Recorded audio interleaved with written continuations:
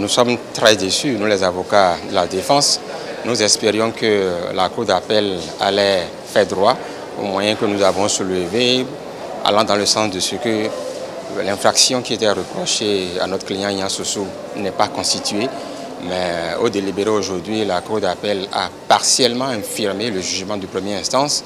Je crois que l'infirmation partielle a porté simplement sur le quantum de la peine qui était infligé 12 mois en première instance, 18 mois en première instance, 12 mois requis par le procureur général.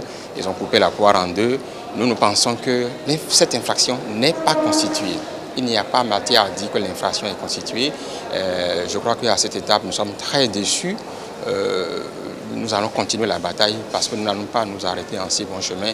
Il faut que le droit soit dit en cette affaire-là. Ignace Sossou n'a rien fait de déontologiquement mauvais en ce qui concerne sa qualité de journaliste et il n'y a rien fait en termes d'infraction à la loi pénale. Il n'était pas le seul à avoir publié les extraits des communicateurs sur les réseaux sociaux. Il se fait, c'est ce que nous pensons, que les extraits que lui a publiés sont des extraits qui gênent une certaine autorité judiciaire. Et il me semble que tout le problème est là. Mais lorsque des extraits publiés par un journaliste gênent une autorité judiciaire, est-ce que cela est constitutif d'infraction à la loi pénale, notamment à la loi portant code du numérique? Là est tout le débat juridique.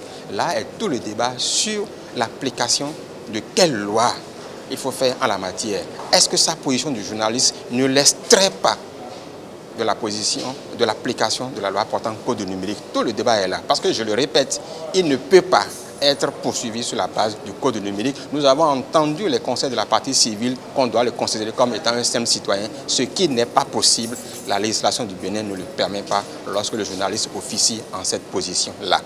Le code du numérique du Bénin dit que lorsque c'est le journaliste qui pose un acte en violation du code du numérique, on lui applique la loi portant code de l'information et de la communication et cette loi proscrit les peines privatives de liberté. Donc dans tous les cas, quel que soit ce qu'on reproche à Ignace Sossou, il ne devrait pas se retrouver en prison. Nous estimons que dans tous les cas, de la première instance jusqu'au niveau de la Cour d'appel, nous estimons qu'il y a une mauvaise application de la loi et nous allons continuer le combat. Au regard de la décision prise aujourd'hui, de l'arrêt rendu par la Cour d'appel, il a été mis sous mandat de dépôt depuis le 24 décembre 2019. Donc en principe, 12 mois, dont 6 fermes et 6 assortis de suicide. Les 6 mois fermes finissent le 24 juin prochain, donc il a encore environ 5 semaines à passer en détention.